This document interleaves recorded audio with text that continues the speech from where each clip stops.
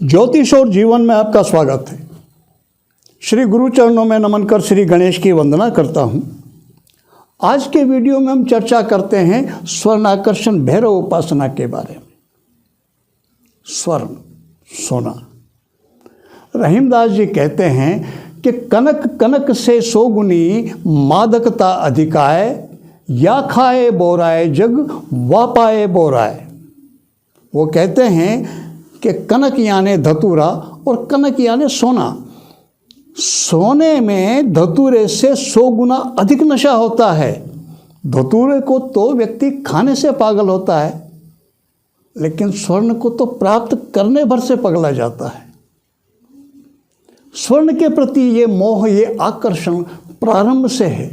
सृष्टि के प्रारंभ से भी कहें तो गलत नहीं होगा। त्रेता युग में सीता जी ने स्वर्ण का मृग देखा और राम जी से वो जिद पर आ गई, मुझे वो स्वर्ण मृग चाहिए। बाद की कहानी से परिचित हैं हम। स्वर्ण के प्रति मोह तब भी था, आज भी है और भविष्य में भी बना रहेगा। ऐसा ही कोई कमी आने वाली नहीं। इसके पीछे कारण क्या है? क्यों है सोने के प्रति इतना मोह? यह सोना कई बार कई अपराधों को जन्म दे देता है, कई व्यक्तियों की नियत में फर्क ला देता है। कारण क्या है इसका? सीधा सा कारण कि स्वर्ण समृद्धि का प्रतीक है। स्वर्ण धन के अतिरेक का प्रतीक है। किसी भी व्यक्ति के पास जब उसकी जो आवश्यकताएं हैं उनकी पूर्ति के बाद भी उसका जो आय है उसकी अधिक मात्रा में होगी, तभी वो स्वर्ण खरीदने पे जाएगा। और स्वर्ण की अधिकता हो, जितनी आय की अधिकता होगी ऐसी मात्रा में स्वर्ण की अधिकता बढ़ती चली जाएगी। सीधा सीधा सा अर्थ है, हर व्यक्ति धन चाहता है, समृद्धि चाहता है, और वो स्वर्ण के माध्यम से, स्वर्ण प्रतीक है समृद्धि का। फिर धन की प्राप्ति के लिए, उसके लिए तो लक्ष्मी की कई उपासनाएं हैं, कई स्तोत्र हैं, कई मंत्र हैं। फिर ये स्वर्ण आकर्षण भैरव, ये साधना, इसके पीछे क्या कारण, इसका भी महत्व क्यों है, इस रहस्य को भी समझें, थोड़ा सा समझने का प्रयास करेंगे। श्री नारायणाय नमः। मैं भगवान नारायण को नमन करता हूँ। श्रीं श्रीये नमः। लक्ष्मी जी को नमन करता हूँ। अंगम हरे पुलक भूषणमाश्रयन्ति, भृंगांगनेव मुकलाभरणम तमालम, अंगे कृता अखिल विभूतिर्पांगलीला मांगल्यदास्तु मंगल देवतायाः, मुग्धा मुहुर्विदधति वदने मुरारेः, प्रेम तपापणिहितानि गतागतानि माला दिशोर्मधिकुर्यु महोत्पले या सामे श्रियं दिशतु सागर संभुवायाः, विश्वामरेन्द्र पद विभ्रम दान दक्षम आनंद हेतुरधिकम मुर्विद्विषोऽपि, ईशन्येषिदतु मैक्षण भिक्षणार्धम मिन्दीवरोदर सहोदरम मिन्दीरायाः, आमीलिताक्षम अधिगम्य मुदा मुकुंदम, आनंदम कंदम मणिमेषमनंगतंत्रम, आके कर स्थित कनीनिक पक्षम नेत्रम भूते भवन्मम भुजंग शयंगनायाः, बाहुवंतरे मूर्जते श्रित कौस्तुभेया हारावलीव हरिनीलमयी विभाति, कामप्रदा भगवतो अपि कटाक्षमाला कल्याण मावहतु मे कमलाललायाः, कालाम्बुदाली ललितौर श्रीकेट भारेर धारार धरेर स्फूर्ति या तड़दंगनेव, मातु समजक्ता महनी मूर्तिर्भद्राणि मे दिशतु भार्गव नंदनायाः, प्राप्तम पदम प्रथमतः खलु यत् प्रभावात्, मांगल्ये भाजी मनुमाथिनी मनमथेन, मैया पते तदी मंथर मिक्षणार्धम मंदाल चमकराले कन्निकायाः, दद्यादयानुपौनो द्रविणाम्बुधाराम अस्मिन् किंचन विहंग शिशो विशरणे, दुष्कर्म धर्म अपनी चिराय दूरम, नारायण प्रणयिनी नैनाम्बुवाह, इष्टा विशिष्ट मतियो अपि ययार्दयार दृष्टिया त्रिविष्ट पदम सुलभम लभन्ते, दृष्टि प्रहिष्ट कमलोदर दीप्तिरिष्टां पुष्टिम कृशिष्टमं पुष्करविष्टरायः, गिरदेवतेति गरुड़धुसुंदरीति शाकंभरीति शशिशेखर वल्लभेति, सृष्टि स्थिति प्रलय केलिषु संस्था तस्यै नमस्ते भुवने गुरुस्तरुण्ये,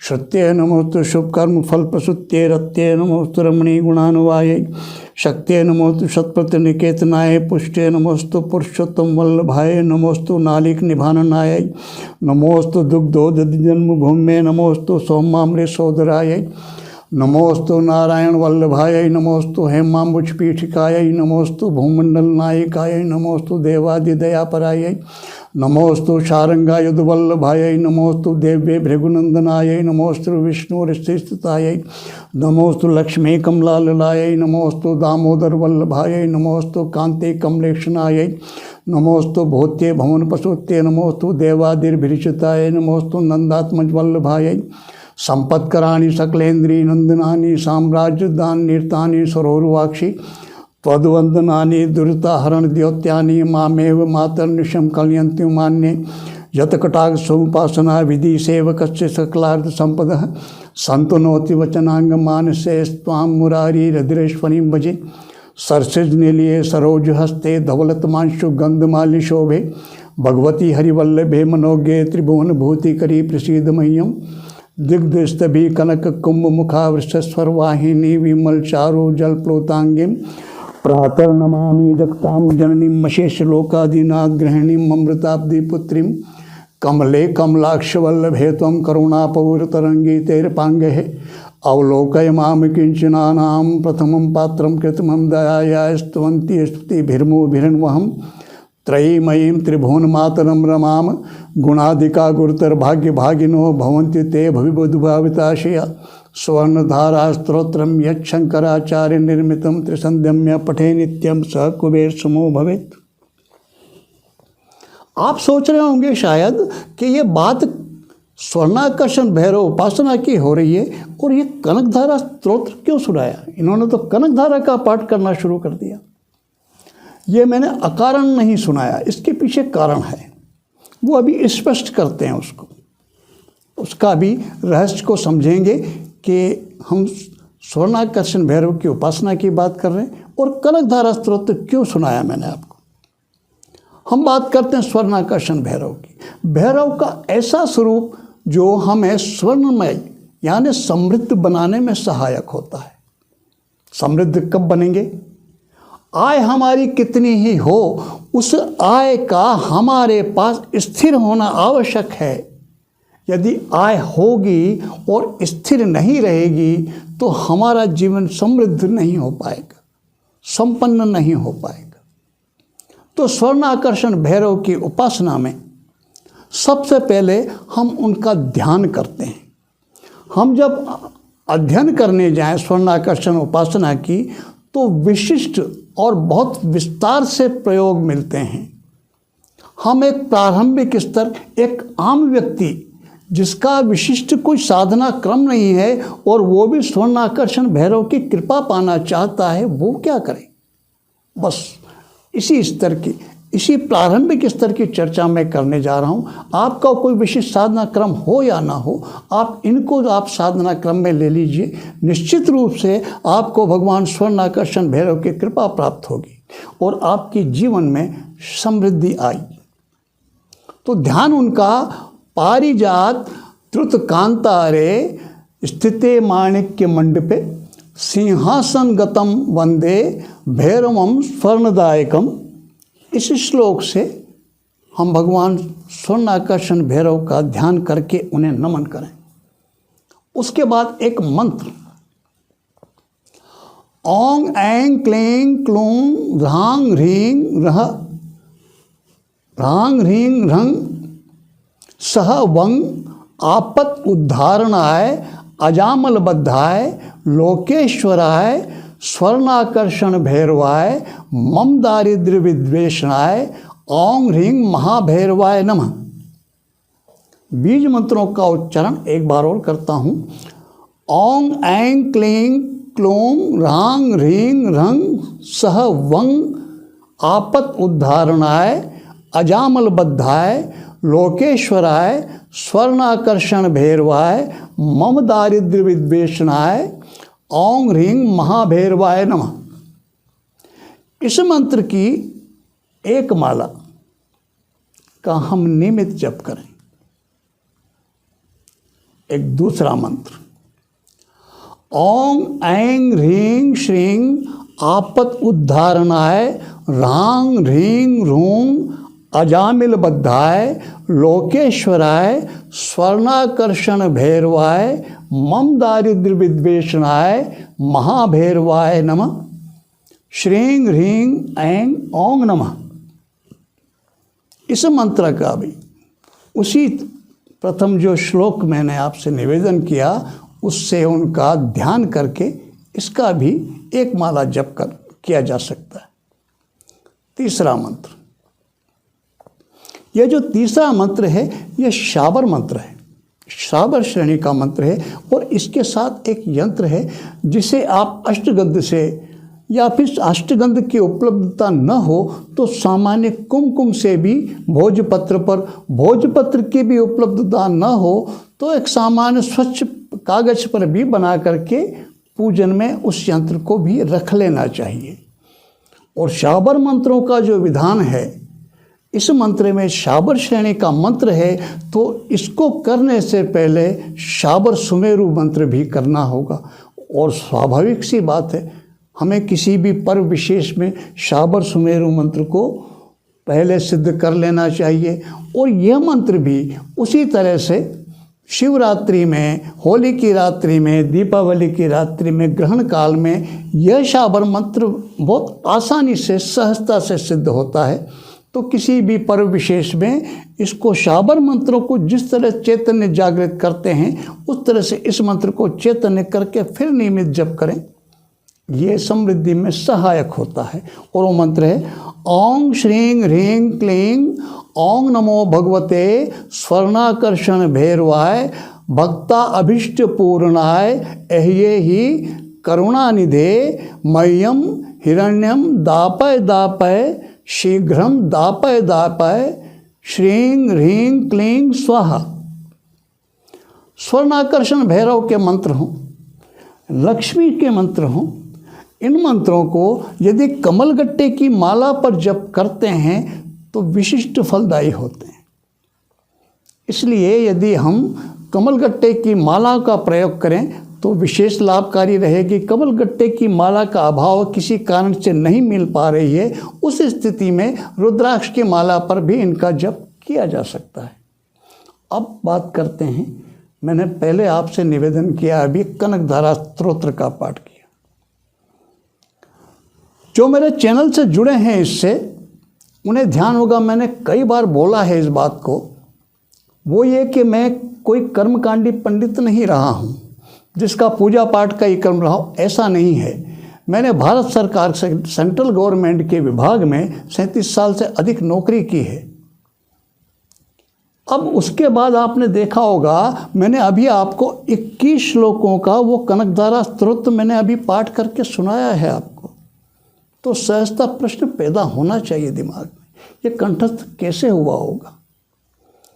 स्वाभाविक सी बात है, जब प्रश्न स्वाभाविक तो उत्तर भी बहुत स्वाभाविक है इसका कि मैंने इतने पाठ किए होंगे कि ये मुझे कंठस्थ हो गया।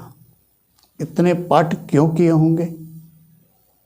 अगर मुझे इनका कोई लाभ नहीं मिलता, इस स्तोत्र का करना प्रारंभ किया और कोई परिणाम यदि मुझे नहीं मिलता तो क्यों इतने पाठ करता है कि ये मुझे कंठस्थ हो जाता। दूसरों के अनुभव तो मैंने बताए हैं, जो चैनल से जुड़े हैं उनके सुने होंगे आपने। जिन्होंने भी किया है, जो व्यक्ति कनकधारा स्तोत्र का पाठ करते हैं वो भी परिचित होंगे कनकधारा के प्रभाव से। यहाँ पर अभी मैंने आपसे 3-3, 4-4 लाइनों के मंत्र बोले हैं और इनका एक माला और इनको जो एक पुरुष चरण के ऊपर एक वीडियो बनाया हुआ है, मंत्र सिद्धि किस तरह की जाए, वो एक सप्ताह का, 15 दिन का, 1 मास के पुरुष चरण काल का विधान उस मंत्र सिद्धि के उपाय में पुरुष चरण काल के उसमें दिए हुए हैं। तो उस तरह से अपनी सुविधा से समय निर्धारित करके इनमें से जो आपको पसंद, जो आप जिसका मन में आपकी रुचि जमती हो, उस मंत्र का चयन करके आप जप कीजिए, उतना पुरुष चरण कर लीजिए। सॉरी, यह मंत्र चैतन्य हो जाएंगे और उस जिस मंत्र का आप जप करना चाहते हैं फिर उसका नियमित जप कीजिए। सॉरी, कनकधारा स्तोत्र लक्ष्मी के मंत्र की कोई भी उपासना लक्ष्मी प्राप्ति में सहायक होती है और स्वर्णाकर्षण भैरव उस लक्ष्मी को स्थिरता प्रदान करने में सहायक होते हैं। लक्ष्मी को स्थिरता प्रदान करने में जितनी क्षमता स्वर्णाकर्षण भैरव में है उतनी और किसी में नहीं। इसलिए लक्ष्मी उपासना में स्वर्णाकर्षण भैरव का बहुत महत्व है। सबकी अपनी अपनी आस्था, जिनकी भैरव में आस्था है उनके लिए स्वर्णाकर्षण भैरव समृद्धि को प्रदान करने में बहुत सहायक होते हैं। भैरव उपासना की पुस्तकों का आप अध्ययन करें तो इन मंत्रों के आपको उसमें न्यास भी मिल जाएंगे, वो भी करेंगे तो इनके गुणों में प्रभाव में वृद्धि हो जाएगी। ना करते हैं, केवल मैंने जिस तरह आपको शुरू में एक ध्यान निवेदन किया वो करके भी इनके जप किए जा सकते हैं, उसके इससे भी आपको परिणाम मिलेंगे। कृष्ण पक्ष की अष्टमी, कृष्ण पक्ष की अष्टमी से लेकर के और कृष्ण पक्ष की चतुर्दशी तक ये 7 दिन का जो पीरियड समय होता है ये विशिष्ट समय है स्वर्णाकर्षण भैरव की उपासना के लिए। इन 7 दिनों में आप जितना अधिकतम कर सकें, यदि नियम से प्रातःकाल, सायंकाल और मध्यरात्रि ये 3 संध्याएं होती हैं, तीनों संध्याएं अष्टमी, कृष्ण पक्ष की अष्टमी से लेकर के और कृष्ण पक्ष की चतुर्दशी तक तीनों संध्याओं में स्वर्णाकर्षण भैरव की उपासना करें, ध्यान करके उनके मंत्र का जप करें। आप बहुत शीघ्र स्वर्णाकर्षण भैरव की कृपा प्राप्ति का अनुभव करेंगे। आपको साधना, किसी भी व्यक्ति को किसी भी देवता की साधना से जुड़े धैर्य और विश्वास, श्रद्धा ये तो रखनी ही पड़ेगी, यही फल देते हैं, विश्वास और फलदायक। हम ऐसा ना करें कि अष्टमी से लेकर चतुर्दशी तक हमने पाठ, 7 दिन तक हमने उपासना की और हम दूसरे दिन अमावस्या को ही किसी परिणाम की उम्मीद लेकर बैठे। हो भी सकता है, संभव है, उसकी कृपा हो जाए, सब कुछ संभव है, लेकिन हम उस तरह की आकांक्षा लेकर न चलें। हम तो केवल सेवा भाव से करें, हम साधना करें हमारे श्रद्धा से और भूल जाएं और विश्वास रखें, हम भूलेंगे, वो नहीं भूलेंगे।